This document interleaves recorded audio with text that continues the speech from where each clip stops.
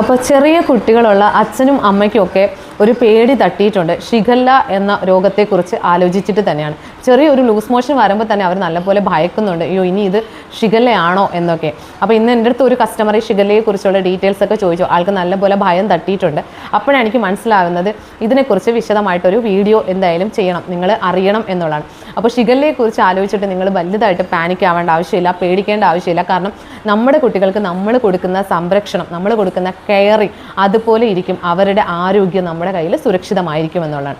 അപ്പോൾ ആദ്യമേ ഞാൻ ഷിഗല്ലയെക്കുറിച്ച് പറയാം. ഷിഗല്ല എന്ന് പറയുന്ന 5 വയസ്സിന് താഴെയുള്ള കുട്ടികളുടെ കുടലിനെ ബാധിക്കുന്ന ഒരു അണുബാധയാണ് സംഭവം. അപ്പോൾ ഞാൻ ഇനി പറയുന്ന ലക്ഷണങ്ങൾ ഏതെങ്കിലും കുട്ടികൾക്ക് ഉണ്ടെങ്കിൽ നിങ്ങൾ എത്രയും പെട്ടെന്ന് ഡോക്ടറെ കാണിക്കണം എന്നുള്ളതാണ്. അതായത് രക്തവും കഫവും കലർന്ന ഒരു ലൂസ് മോഷൻ, അതായത് വയറിളക്കം അങ്ങനെ എന്തെങ്കിലും കണ്ടു കഴിഞ്ഞാലോ, കടുത്ത ഫീവർ, അതുപോലെ തന്നെ ഈ മോഷൻ പോകാനുള്ള ബുദ്ധിമുട്ട്, മോഷൻ പോയി കഴിഞ്ഞു കഴിഞ്ഞാൽ ചിലപ്പോൾ അതിൻ്റെ ഭയങ്കരമായിട്ടുള്ള ബുദ്ധിമുട്ട് കുഞ്ഞുങ്ങൾ, അതുപോലെ എന്തെങ്കിലും വലിയ വിഷമം പറയുവാണെങ്കിലും ഒക്കെ നിങ്ങൾ ശ്രദ്ധിക്കണം എന്നുള്ളതാണ്.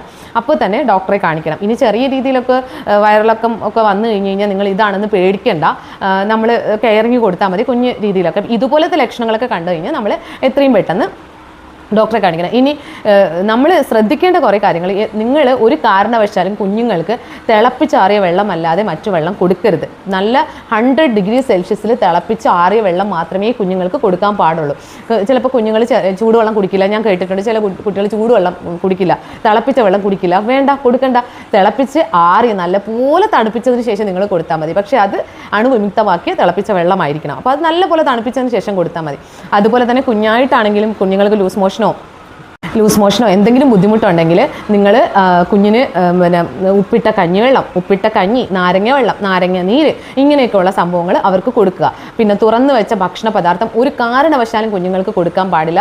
അതുപോലെ തന്നെ പുറത്തുനിന്നുള്ള ഭക്ഷണം, കുഞ്ഞുങ്ങൾക്ക് എന്തെങ്കിലും അസുഖങ്ങളുള്ള ടൈമിനാണെങ്കിൽ ഒരു കാരണവശാലും പുറത്തുനിന്നുള്ള ഭക്ഷണം പദാർത്ഥങ്ങൾ കുഞ്ഞുങ്ങൾക്ക് വാങ്ങിച്ചു കൊടുക്കരുത്. പുറത്തുനിന്നുള്ള വെള്ളം വാങ്ങി കൊടുക്കരുത്. ഒരുപാട് കാര്യങ്ങൾ ശ്രദ്ധിക്കണം. അതുപോലെ തന്നെ കുഞ്ഞുങ്ങൾ മലമൂത്ര വിസർജനം നടത്തിയ ശേഷം അവരുടെ കൈയും ശരീരഭാഗങ്ങളും നല്ല വൃത്തിയായി സോപ്പിട്ട് കഴുകണം. അതുപോലെ തന്നെ കുഞ്ഞുങ്ങളുടെ രക്ഷകർത്താക്കളും അതുപോലെ നല്ലപോലെ ഹൈജീനിക് ആയിരിക്കണം. കാര്യം കുഞ്ഞുങ്ങളെ മാത്രം വൃത്തിയാക്കി വെച്ചിട്ട് നമ്മൾ ഹൈജീനിക് അല്ലെങ്കിൽ കാര്യമില്ല. നമ്മളും അതുപോലെ തന്നെ 100% ഹൈജീനിക് ആയിരിക്കണം. അപ്പോൾ ഇത്രയും കാര്യങ്ങൾ നിങ്ങൾ വളരെയധികം ശ്രദ്ധിക്കണം. പെട്ടെന്ന് കുഞ്ഞുങ്ങൾക്ക്, പ്രത്യേകിച്ച് കുഞ്ഞുങ്ങൾക്ക് ഈ വയറിളക്കം പോലുള്ള സംഭവങ്ങൾ എപ്പോഴും വരുന്നതാണ്. അപ്പോൾ അതുപോലെ തന്നെ നിങ്ങൾ എമർജൻസി മെഡിസിൻസ്, വോമിറ്റിംഗ് ഉള്ളത്, ലൂസ് മോഷൻ സ്റ്റോപ്പ് ചെയ്യാനുള്ളത്, വയറുവേദനയ്ക്കുള്ളത്, അങ്ങനെയൊക്കെയുള്ള എമർജൻസി മെഡിസിൻസ് എപ്പോഴും 5 വയസ്സിന് താഴെയുള്ള കുഞ്ഞുങ്ങൾ വീട്ടിലുണ്ടെങ്കിൽ നിങ്ങൾ ഈ വക മെഡിസിൻസ് എപ്പോഴും വീട്ടിൽ കീപ്പ് ചെയ്യേണ്ടതാണ്. കാര്യം എമർജൻസി അത്യാവശ്യം വന്നാൽ നമുക്ക് ഓടിച്ചെന്ന് ഇത് മേടിച്ചെടുക്കാൻ പറ്റിയെന്ന് വരില്ല. കാര്യം കുഞ്ഞുങ്ങളും കൂടെയാണ്, നിർത്താതെ അവർ കരയും, ഭയങ്കര പാനിക്കാവും. അപ്പോൾ ഷിഗല്ലയെക്കുറിച്ച്